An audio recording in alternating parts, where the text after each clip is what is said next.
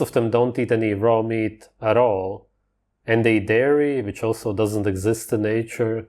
Not saying anything against dairy necessarily, but it for sure is not something that should be a staple in your diet. It should be a supplement or something that you eat when you don't have any other food, such as the butter. You eat the butter when you don't have other animal fat, but of course it's not ideal.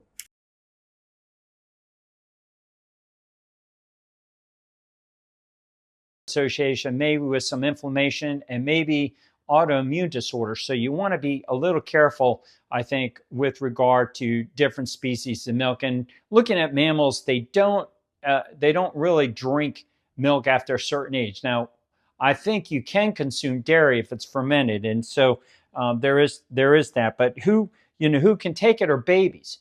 Babies can take this because they're super healthy and their microbiomes are different. So babies in particular, when they're born, are little fermentation factories. So their guts are colonized with species of microbes that help them to ferment milk, help them to digest it, and they share this microbiome with their mothers. It's interesting, bidirectional. So babies can do this, and we don't see visceral fat formation in babies. Infants don't have really visceral fat. They start accumulating it as other things get introduced into their diet. So, but when you're born, you're in a really optimal state of health, and it's pretty much all downhill after that. You can improve your performance on things, but your health starts to quickly deteriorate. So, a few things babies are so healthy is that, look at their tongues. My God.